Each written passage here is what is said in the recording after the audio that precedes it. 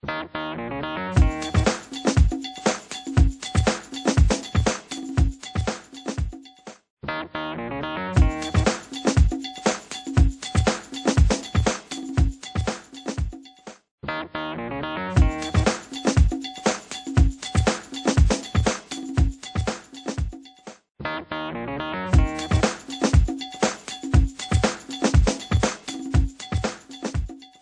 when it comes to, once that pre-construction stage is done and you get into project planning, may I know what kind of planning or scheduling tools you guys are using?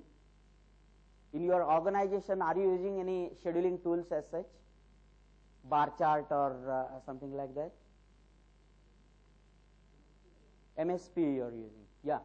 I have seen that most of the people either would use MS Project or Primavera also. Many of them are using Primavera. But sir, if you are doing yourself, you would be knowing, or if your other colleagues are using those tools, you just speak to them, go in details and ask them what exactly they are doing in those tools. My own experience as a planner, I can tell you, is that those tools are very good tools. Look and feel really good. They are very good when it comes to time planning, but beyond that the real world starts much, and there are many things needs to be done beyond that, which are related to your resource planning and then capturing actual consumption against those resources. And that is where you will find that those tools will not give you those things. The tools are only for time planning, plan the various activities, link them, give them, schedule them, find out critical path, good, very good. But beyond that you cannot do much about it. Now in SAP, you can I'll just skip this, or we can come back to this later on again. I'll show you in SAP. This just typically when by hand we draw a work breakdown structure, that is how it looks. Say for example, a project is broken into say land and licensing, marketing, construction and design. In the system, I'll just jump a little bit. In SAP, they have got their own scheduling engine like MS Project or Primavera.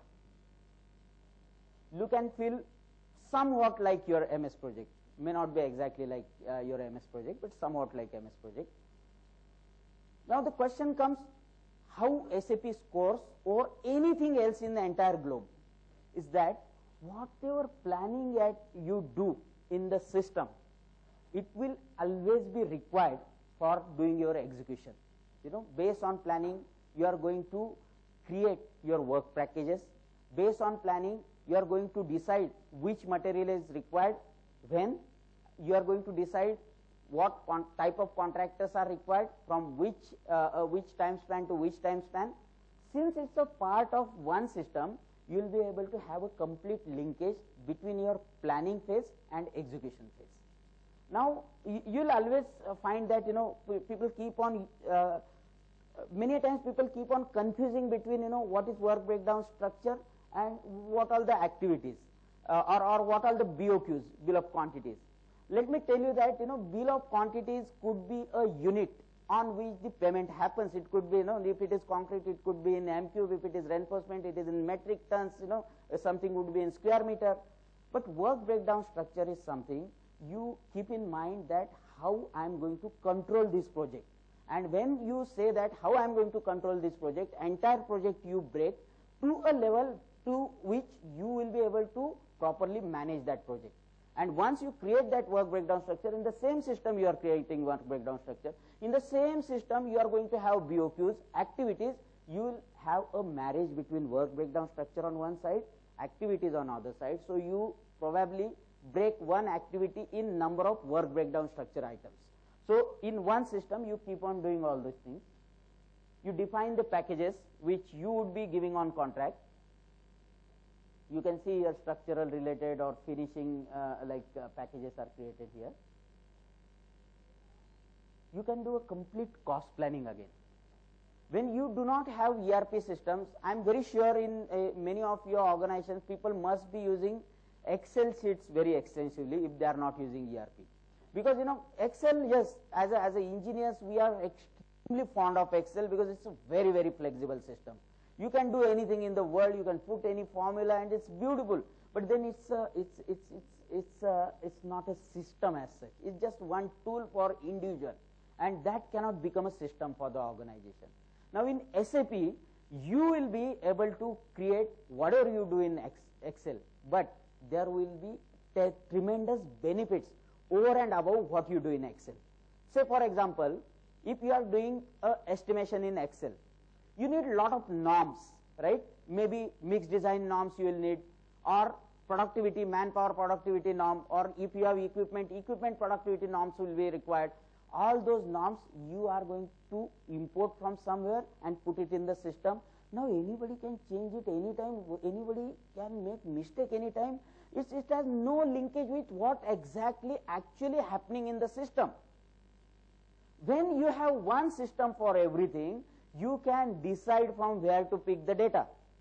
Say for example, now I am moving little bit towards a contracting organization. If the contracting organization is doing road work in say Bangalore, and the same organization is doing another project in Himalayan region somewhere near Dhauliganga, the productivity of equipments are going to be totally different. What you have, the dumper, if it is carrying your 6 m cube here, may not carry even 4 m cube there. But how do you know 6 m cube here and 4 m cube there? Because you already as an organization have done number of projects. You already have a lot of data in the system. Now when next time you get a project in Himalayan region, you define that I am going to capture the parameters, the actual mixed design, the actual norms which are happening in similar kind of project, and that data will be authentic data that you can pull, and on the basis of that authentic data you can plan all your budget, and basically you are going to do estimation and then you are going to convert that into budget. You can see here, as I'm saying, I'm sorry, I'm just giving glimpse. You'll have to call us to your organization to take you through entire thing. Here the end product, you can see here the work breakdown structure wise, what is the final planned cost that I'm able to find. And when I'm talking about this planned cost, it is bottom up. I mean at the base level you have planned everything. Since your work breakdown structure is broken, it will go on adding up to next level, and you will always have idea how much this project cost me total. That's the plan. Of course, many a times again whenever I talk to people, a lot of objections are raised that whatever you plan, actually it doesn't happen that way, right? Whatever we plan, actually there are always deviations. That's correct. But that doesn't mean that we should not plan. The planning has to be there. We plan initially. We may go on changing the plans later on, go on creating the versions later on. You always have that option available to compare with, which is the latest version with which you can compare. So being one system, that is very easily possible for you. You can also see in this report the actuals are 0, because when this screenshot is taken, actually I have not put anything over there. When execution happens, at the time of execution, the system will go on collecting all the transactions which are happening against those work breakdown structure items, and it will give you a clarity on where do I stand. It's possible that variance has to be there. Variance will be there, believe me.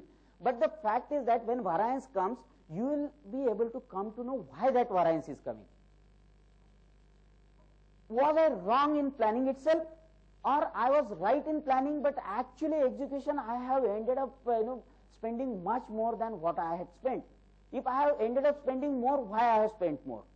Is it that just the market rates have gone up for my ingredient materials and that's why prices are showing me more, or is it that the wastages are happening more, pilferages are there? What is it? In SAP system, when you have top level information high level, the beauty is that you just can go on drilling down to the bottommost level and find out where exactly problem is. The problems sometimes may not be with your direct materials. The problem could be with your indirect cost, but you will be able to exactly find out from where that problem is coming. Let me give you one example which actually happened in my parent organization. See, in one of our projects in those times, the idea was that the concrete should cost somewhere around 4,000, 4,500 rupees per m cube in those times. Was into thousands of m cube which could have, which it could have thrown per hour. That kind of big equipment was used. Now, what happens in big organizations probably, everybody may not have, a complete control over what is happening at each project, because each project becomes like a company in itself. If you are doing 2,000 crore project, 3,000 crore project, that is a company in itself.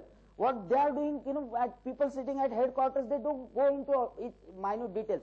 But when this thing starts coming up, what we realized, there were two super swinger trucks which were standing there, rupees 10 crore in those times each truck were standing over there, and they were lying there just because the organization had surplus. Now, when this discussion started happening in the organization, immediately call was taken at whatever price, get rid of them, because we don't need them. They were procured for doing huge amount of raft concrete and not for small amount of raft concrete for which they were getting used. Now, see, these are the analysis. Probably everybody was knowing that this equipment is standing there, but it was not coming to the topmost management was not able to get that clarity at the top level. So this is just one example I have given. I can give hundreds of such examples wherein you get a lot of clarity about what is happening in the organization, and if something is going wrong, why it is going wrong. There could be one of the reasons could be data itself is wrong, but at least that you will come to know that yes, data going is wrong. So you have to put everything in order within the organization. I'll just take you through quickly through various screens that which are there. You can see here, the estimation that you do. Later on, you convert them into budgets. Now, what is the difference between estimation and budget is allowable amount for each and every area. Probably, estimation could be 100, and you say, in spite of that, I am allowing only 90. That's the budget.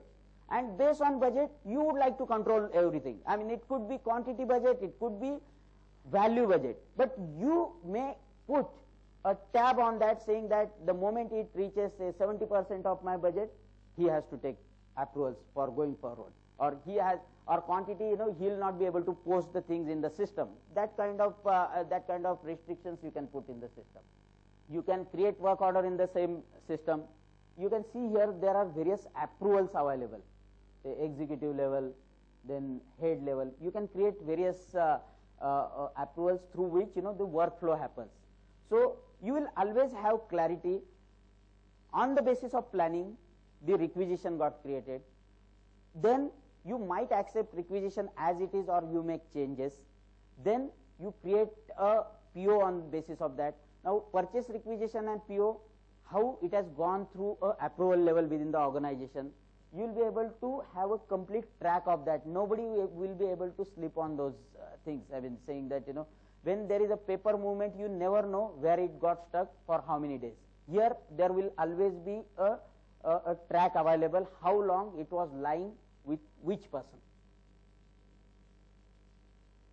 You can see here through system only the work order printout is taken. There would be certain standard format that you would be creating for your organization, and the data which you are collecting through hundreds of fields will get embedded into that, and it becomes a work order for your contractor. Material requisition, a price comparison of various contractors. You will have a clarity on complete purchases or purchase orders, how many purchase orders are created, where they are lying, whether material is fully received or not received against those purchase orders, how much I have paid, how much I am supposed to pay. I mean, everything would be available, and believe me, if you are seeing here, say 15, 20 columns, probably you can bring another 50 columns in this or 20 columns in this, because in SAP these reports you can configure the way you want, provided that the base columns are there. And if probably one of you may say, oh, I don't want to see so many columns, I want only 4 columns. That's fine. I mean, you don't need any programmer to come anything do for that. You yourself can define that. In the background, everything is there. You decide how much you want to see.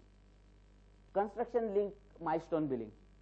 In the system, you will be able to capture all the contracts, and there would be, say, payment terms related to construction phase completion. It could be plinth and then slab 1, slab 2, whatever phases that you have in your organization. When you create a document for that customer, there itself you are going to define all these parameters. There could be a standard parameters for the project. So each system may take standard parameters itself, but you will have flexibility available, because for some customers you might have agreed for different kind of milestones, percentages. Once that is set, then you don't have to do anything beyond that, because when your project manager or project system person says that my slab number 2 is completed, and at slab number 2, if a payment receipt has to be 20% of the total amount, automatically all emails and all printouts can come from the system. You can have a middleman in between. You can define a system that way. Before all those emails are shot to your customers, somebody checks it and then allows it to go. But it will go automatically. There are no chances of you missing it. You know, today also probably many of you may say that, yeah, I don't miss it, but the chances are that the delays happen. You know, the moment it is done, and if you lose those few days for sending mail or that document to your customers, your payment is going to get delayed by that many days at least. You are losing money in that. In the system, it automates everything, so nobody has to remember about anything. Automatically it will happen. Second thing, you will have all those terms and conditions in the system by which if payment doesn't come, system is going to track for you whether payment has come or not. If payment has not come, automatically it will generate a reminder letter. A interest calculation will happen. It's a different thing that, you know, as a business you may take a different call that to waive off something, but that's later on. You know, system will help you with everything, whatever is required to be done. See, in SAP, you probably who know SAP would have heard about real estate flexible. Now, there are two parts. I mean, many times whatever we construct, we straightway sell in the market, or we get into a leasing of that property. When you get into leasing, there are quite a few complex models today available. I mean, it's not just, giving something on square feet basis. It's much, much more than that.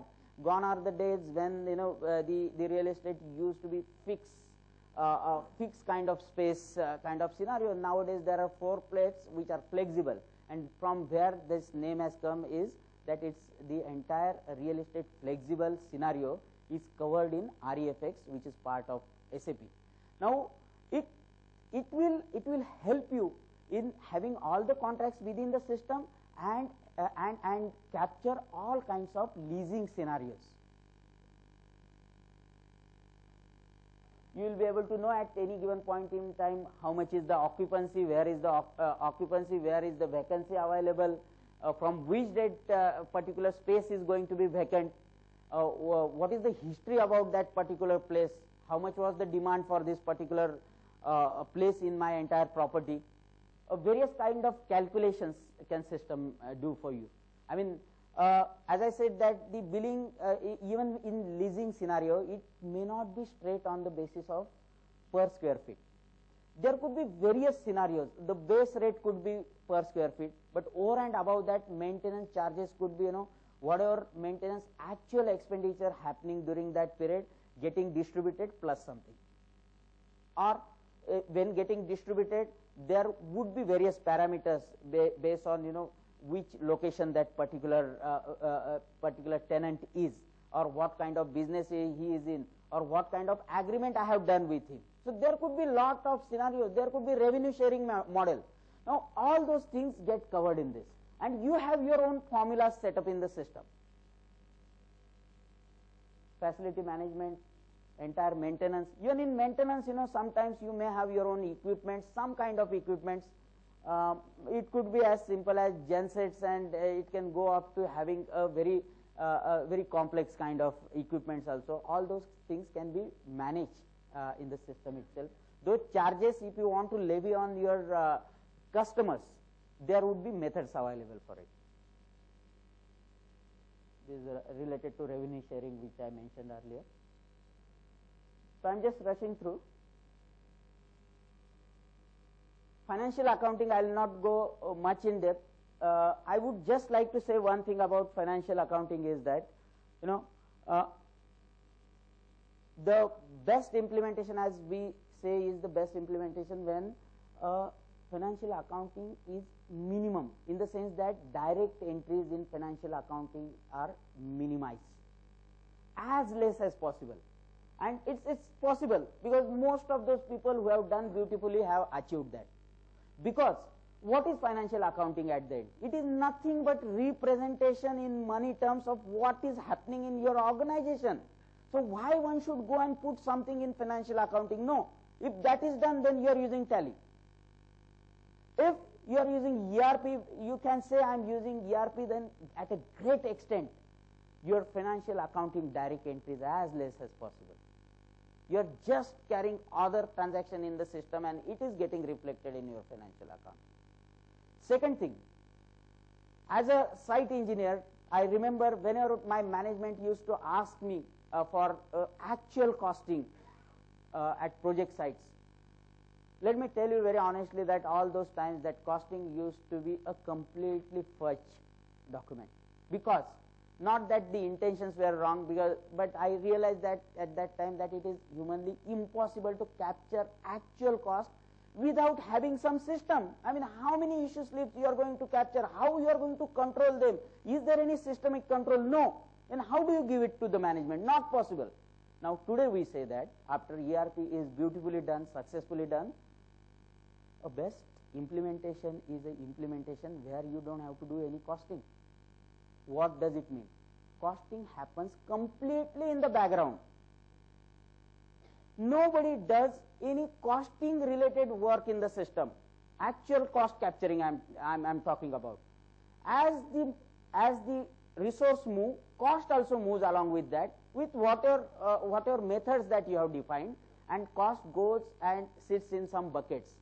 As resource move from that bucket to next bucket, cost also move along with that, and in the process whatever additional get added onto that cost, and you get a very clear picture at the end how much is your cost.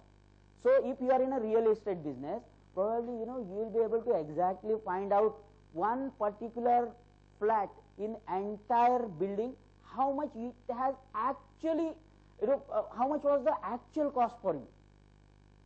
It's a different thing that all the flats in that those few floors you have decided to sold at the same rate, fine. That's your call as a business call. But what is the actual cost that system is going to give you?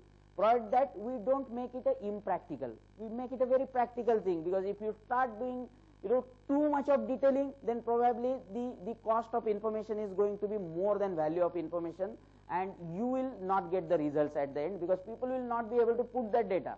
So we coming from the industry can help you out, saying that to what detailing level one should go. So we'll come with all those things to you as we move along. HR, I have not taken many screens, but let me tell you the entire life cycle of an employee. Right from hiring of employee till retirement of employee, everything gets captured.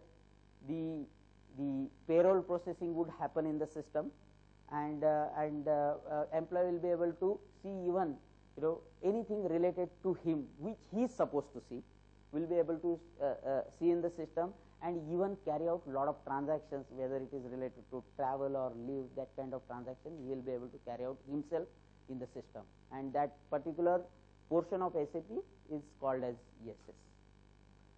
With this I'll stop here, but before I hand over baton to Amol, does anybody have any question? I'll be happy to take it. Yeah, I have a basic question on pricing. Assuming you take a 100 user license and implementation along with the purchase price or whatever you call it, what would be the price for approximately? I don't need a proper.